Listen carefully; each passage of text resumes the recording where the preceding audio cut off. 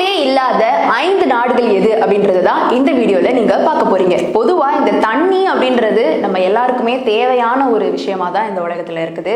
அந்த தண்ணி ஆறுகள்ல இருந்து நம்மளுக்கு கிடைக்குது, கடல்கள்ல இருந்து கிடைக்குது. இந்த மாதிரி பல சோர்சஸ் இருக்கு. மழையில இருந்து கிடைக்குது.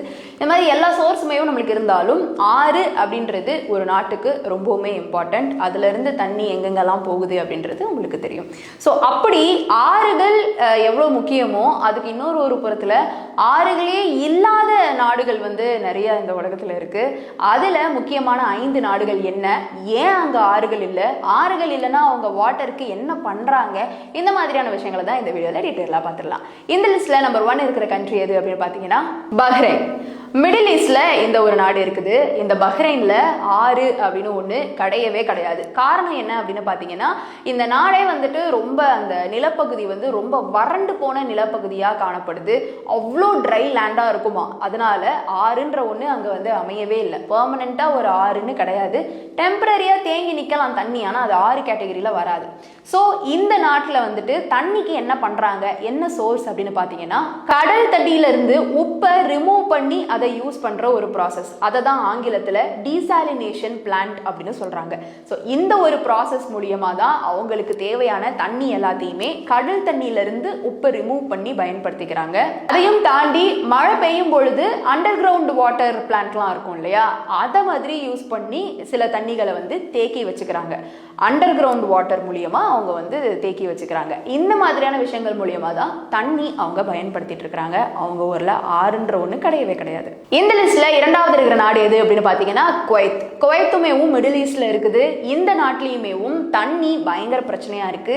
காரணம் இதுவுமேவும் பயங்கரமான ஒரு ட்ரை லேண்ட். ட்ரைனா அவ்வளோ ட்ரையான ஒரு லேண்டா.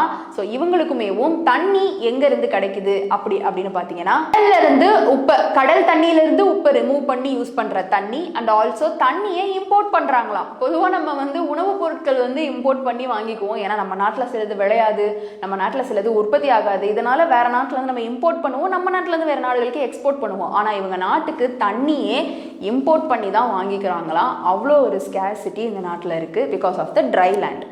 இந்த லிஸ்ட்ல 3வது இருக்கிற கண்ட்ரி எது அப்படின்னு பாத்தீங்கன்னா மால்டா. இது யூரோப்ல இருக்கு. ஸோ இந்த மால்டா அப்படின்ற இடத்துலயுமே தண்ணி இல்லை.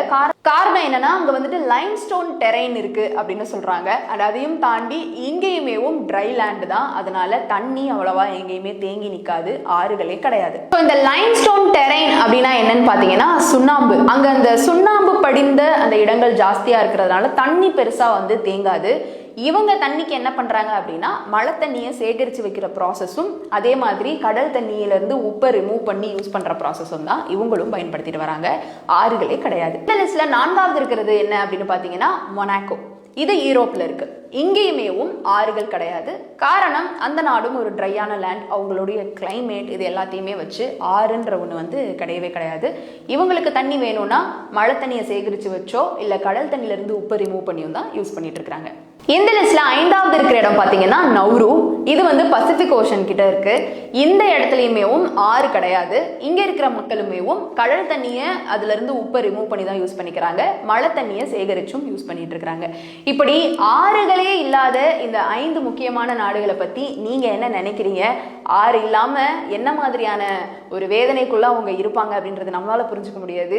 ஒரு நாள் தண்ணி இல்லாமலே நம்மளால இருக்க முடியாது. அப்படி யாரே இல்லாத இந்த கண்ட்ரி பத்தின உங்களுடைய கருத்து இருந்தா கீழே கமெண்ட் பாக்ஸ்ல ரியா என் கூட ஷேர் பண்ணலாம்.